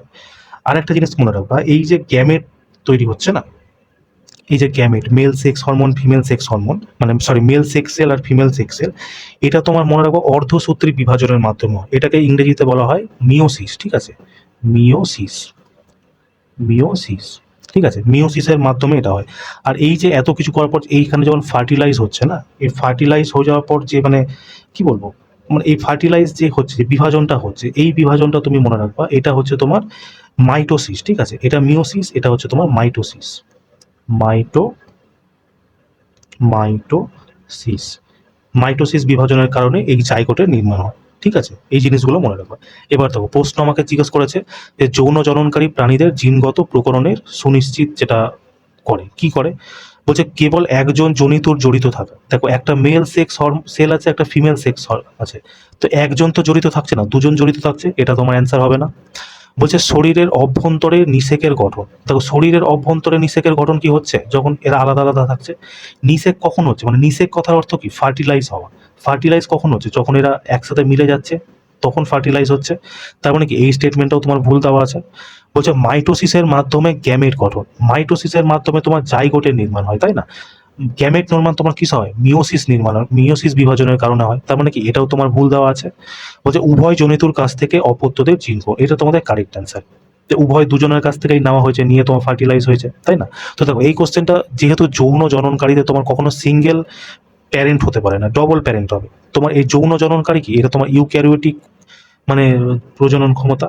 আর যেটা তোমার মানে মানে কি বলবো, যেটা আরেকটা কি থাকে, প্রোক্যারিওটিক জনন যেটা হয়, সেখানে তোমার তো সিঙ্গেল প্যারেন্ট থাকে না, সেখানে ধরো বডি কেটে তৈরি হয়ে গেল, ক্লোন তৈরি হয়ে গেল, তো ওটা আলাদা। তো এইটা তুমি অপশন ছেটেও বার করে দিতে পারতা। বাকি তোমার যদি এখান থেকে কোনো প্রশ্ন জিজ্ঞেস করে সেটাও এবার তুমি বলে দিতে পারবা, ঠিক আছে। তোমাকে প্রশ্ন জিজ্ঞাসাও করেছে যে স্পার্ম যে আছে, সেটা স্পার্মের রক্ষণাবেক্ষণ কে করে, হ্যাপ্লয়েড কোষ। সেম কোশ্চেনে শুধু স্পার্মের জায়গায় ওভাম দিয়ে দিবে, তো কি হয়ে যাবে, হ্যাপ্লয়েড কোষ। তোমাকে জিজ্ঞেস করবে যে মানে মাইটোসিস বিভাজনের কারণে তৈরি হওয়া জাইগোটের রক্ষণাবেক্ষণ বা জাইগোট কোন কোষের আন্ডারে তৈরি হয়, তুমি কি বলবে, ডিপ্লয়েড কোষ, ঠিক আছে। চলো নেক্সট কোশ্চেন দেখো। বলছে নিম্নলিখিতগুলির মধ্যে কোনটি অরণ্য ও জীব বৈচিত্র্য সংরক্ষণের মূল লক্ষ্য। দেখো এটা তুমি অপশন সেটাই বার করে দিতে পারবো। পর্যটনের প্রসার ঘটনা, এটা কোনো কথা হলো বলো তো। জাতীয় উদ্যানের সম্প্রসারণ, একদমই না। বর্ণভূমিকে আরো বেশি শিল্পক্ষেত্রে ব্যবহার করে, শিল্পক্ষেত্রে হলে তো বৈচিত্র্য দেখা দিবে কি করে। বলছে বংশানুক্রমে প্রাপ্ত জীব বৈচিত্র্য সংরক্ষণ। বংশানুক্রম মানে কি, একদম পৃথিবীর শুরু থেকে, একদম পৃথিবীতে কোটি কোটি বছর ধরে চলে আসা বিভিন্ন ধরো প্রজাতির উদ্ভিদ বা জীবের মানে কি বলবো, তাদের বৈচিত্র্য বা বাস্তুতন্ত্রের যে ভারসাম্য, সেটাকে বজায় রাখার জন্য সেটাকে সংরক্ষণ করা, তাই না। চলো নেক্সট কোশ্চেন দেখো। বলছে কার্যকারিতার উপর ভিত্তি করে নিম্নোক্ত কোন সংমিশ্রণটি মানবদেহে প্রাপ্ত সকল ধরনের প্রাণীকলাকে উপস্থাপনা করে, তাই তো। দেখো মানবদেহ বা যে কোনো জটিল প্রাণী, ঠিক আছে, তার মানে দেহ তৈরি হওয়ার জন্য কি কি জিনিস দরকার পড়ে। প্রথম যেটা হবে, দেখো যে তার অঙ্গগুলো আছে, ঠিক আছে, সেই অঙ্গগুলোকে তো প্রোটেক্ট করতে হবে, তাই না। সেই অঙ্গগুলোকে প্রোটেক্ট করার জন্য তার চারপাশে একটা আবরণী তৈরি করতে হবে। তো সেই আবরণীটা তৈরি করে কি, আবরণী কলা, ঠিক আছে, এটাকে আমরা কি বলি ইংরেজিতে, এপিথেলিয়াল টিস্যু, ঠিক আছে। তারপর শরীরের যে অঙ্গ প্রত্যঙ্গ আছে, সেটা একটার সাথে আরেকটার সাথে কানেক্ট হওয়া, তাই না, কানেক্টিং এর জন্য আমাকে রাখতে হবে। তার জন্য কি আমার যোগ কলা দরকার। তো যোগ কলা দেখো এটা তো তোমার নেই, তার মানে এটা তোমার অ্যান্সার হবে না, ঠিক আছে। এই দুটোর মধ্যে, এই তিনটার মধ্যে এখন অ্যান্সার হতে পারে। এবার এই যোগ কলাকে আমরা কি বলি, কানেকটিভ টিস্যু বলি ইংরেজিতে। যেমন ধরো আমাদের শরীরের অঙ্গ প্রত্যঙ্গ বলতে যেমন রক্ত, ঠিক আছে, রক্ত প্লাস হাড়, এই দুটো তো কানেক্টিভ আছে না, এই কানেক্ট কিসের মাধ্যমে আছে, তোমার কানেক্টিভ টিস্যুর মাধ্যমে। তারপর দেখো তারপরে লাগবে পুরো বডিটা যে চলাফেরা করবে, তার জন্য একটা গমন অঙ্গের দরকার, তাই তো, গমন পথ বা চলাফেরার জন্য। তার জন্য কি তোমার পেশি দরকার, মাসকুলার মানে মাস দরকার, তাই না, মাসকুলার টিস্যু, তাই তো, মাসকুলার টিস্যু এটা দরকার। তো দেখো মাসকুলার টিস্যু এখানেও নেই, এখানেও নেই, তো এই দুটোই তোমার অ্যান্সার হবে না, এটাই তোমার কারেক্ট অ্যান্সার। আর স্নায়ু কলা কি করে, এটা তোমার উদ্দীপনায় সাড়া দিতে সাহায্য করে, তো অপশন এ তোমার কারেক্ট অ্যান্সার হয়ে যাবে, ঠিক আছে। চলো নেক্সট কোশ্চেন দেখো। বলছে কোন প্লাস্টিডে রঞ্জক পদার্থ থাকে যার কারণে উদ্ভিদরা তাদের হলুদ, কমলা বা লাল রং পায়, তাই তো। দেখো ক্লোরোপ্লাস্ট যে আছে, ক্লোরোপ্লাস্ট তোমার সবুজ রঙের হয়, ঠিক আছে। আর এটা তোমার মেনলি কি করে, খাদ্য তৈরি করে, ঠিক আছে, খাদ্য তৈরি করে। আর খাদ্য তৈরি কিসের মাধ্যমে করে, প্রত্যেকেই জানো সালোক সংশ্লেষ, তাই তো। সালোক সংশ্লেষ। দেখো লিউকোপ্লাস্ট কি করে বলো তো? লিউকোপ্লাস্ট হচ্ছে এই যে ক্লোরোপ্লাস্ট খাদ্য তৈরি করলো না, সেই খাদ্যটাকে গ্রহণ করে, ঠিক আছে? এক সেকেন্ড, খাদ্য গ্রহণ লিখে দিই, তাই না? খাদ্য গ্রহণ করে, ঠিক আছে? খাদ্য গ্রহণের কাজ করে কি লিউকোপ্লাস্ট। লিউকোপ্লাস্টেরই একটা অংশ হচ্ছে অ্যামাইলোপ্লাস্ট, বুঝতে পারলে তো? এ কি করে, এ হচ্ছে স্টার্চকে সঞ্চয় করে, ঠিক আছে? স্টার্চকে সঞ্চয় করে। আর এইটা অ্যামাইলোপ্লাস্ট কোথায় পাওয়া যায় জানো? যেটা হচ্ছে তোমার মানে উদ্ভিদের যে অংশে আলো পৌঁছায় না, ঠিক আছে? আলো পৌঁছায় না সেখানে তোমার অ্যামাইলোপ্লাস্ট থাকে। তো সেখানেও তো খাদ্য দরকার না, এবার সেখানে মানে আলো পৌঁছাচ্ছেই না, আলো না পৌঁছানোর কারণে সেখানে সালোক সংশ্লেষ হচ্ছে না। সালোক সংশ্লেষ হচ্ছে না তার মানে কি সেখানে ক্লোরোপ্লাস্ট নেই। তো এই সবের জন্য তো একেও তো খাদ্য দিতে হবে না, তো খাদ্য সঞ্চয় করার জন্য প্লাস মানে আলো পৌঁছায় না প্লাস সেখানে খাদ্য সঞ্চয় করতে হয়, ঠিক আছে? খাদ্য সঞ্চয়, এটার জন্য কি অ্যামাইলোপ্লাস্ট কাজ করে। যেমন আলো পৌঁছায় না কিসে, যেগুলো মাটির ভেতরে যেসব গাছপালা থাকে, যেমন তুমি ধরে নাও আলু, তাই না? আলু, তারপর বিভিন্ন রকম যে কন্দগুলো আছে, তাই না? সেই এগুলোর মধ্যে তোমার হচ্ছে পৌঁছায় না। আলুর মধ্যে কি অ্যাকচুয়ালি এর মধ্যে খাদ্যই সঞ্চয় থাকে, কার্বোহাইড্রেট সঞ্চিত থাকে, তাই না? তো এই জিনিসটা মনে রাখবা। এই যে অ্যামাইলোপ্লাস্ট আছে না, মনে রাখবা শিকড়ের না একদম সামনের ভাগে থাকে, ঠিক আছে? এটা কি করে বলো তো? শিকড়কে মাটির নিচে বৃদ্ধি করতেও সাহায্য করে, ঠিক আছে, এই অ্যামাইলোপ্লাস্ট। তো দেখো এই তিনটা যখন অ্যান্সার হবে না, তো ক্রোমোপ্লাস্টই তোমার পড়ে থাকলো। এই ক্রোমোপ্লাস্টই কি করে, তোমাকে রং প্রদান করে উদ্ভিদের, যার কারণে লাল, হলুদ, নীল, কমলা বিভিন্ন ধরনের রং হয়, ঠিক আছে? আর ক্লোরোপ্লাস্টের রং মনে রাখবা সবুজ কালার হয়, অনেকবার জিজ্ঞেস করেছে, ঠিক আছে? চলো নেক্সট কোশ্চেন দেখো। বলছে নিম্নোক্ত কোন কার্বন যৌগটি স্বাভাবিক অবস্থায় জ্বললে কালি মানে কালি এবং রংহীন নীল শিখা তৈরি করে, ঠিক আছে? দেখো এটা তৈরি করে তোমার ইথানল। অপশন নাম্বার বি তোমার কি হয়ে যাবে কারেক্ট অ্যান্সার। তো ইথানলের ফর্মুলা কি বলতো? C2H5OH, তাই তো? আর ইথানল কি, এটা হচ্ছে একটা স্যাচুরেটেড হাইড্রোকার্বন, তাই না? এর কারণে কি হয় বলতো, যখন মানে স্যাচুরেটেড হাইড্রোকার্বন যেসব জিনিস হয় না, তারা কি করে বলতো, বাতাসে সম্পূর্ণ দহন প্রক্রিয়ার মধ্যে যায়, বুঝলো তো? সম্পূর্ণ দহন প্রক্রিয়ার মধ্যে দিয়ে যাওয়ার কারণেই তোমার এর মধ্যে যে মানে কালি তৈরি হয় না, প্লাস তোমার এর ছাই তৈরি হয় না, আর কি নীল শিখা হয়ে জ্বলতে থাকে, ঠিক আছে? আর বাদ বাকি যেগুলো আছে কেরোসিন, চারকোল, ডিজেল, এরা কি করে, বাদ বাকি এরা হচ্ছে তোমার হলুদ কালার দিয়ে হয়, ঠিক আছে? হলুদ কালারের শিখা তৈরি করে, প্লাস ধোঁয়া যুক্ত হয়, ঠিক আছে? ধোঁয়া যুক্ত হয়, ধোঁয়া যুক্ত, ঠিক আছে? যুক্ত, ধোঁয়া যুক্ত হয়, ছাই হয়, ঠিক আছে? তো এই পয়েন্টগুলো তোমরা মনে রাখবা, কেমন? তো চলো এই ছিল আজকে আমাদের ক্লাসটা কেমন লাগলো তোমরা আমাকে অবশ্যই জানিও। দেখা হচ্ছে নেক্সট ক্লাসে। জয় হিন্দ।